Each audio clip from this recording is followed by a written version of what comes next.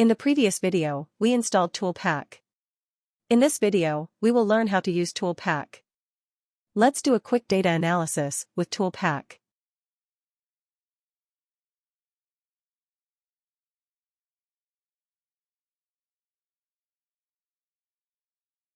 Click Descriptive Statistics.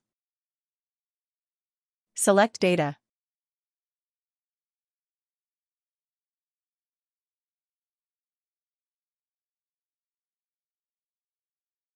Select the cell where you want the output.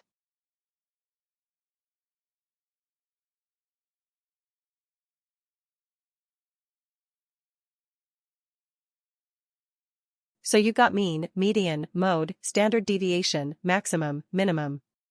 In fact, everything. Subscribe for more videos.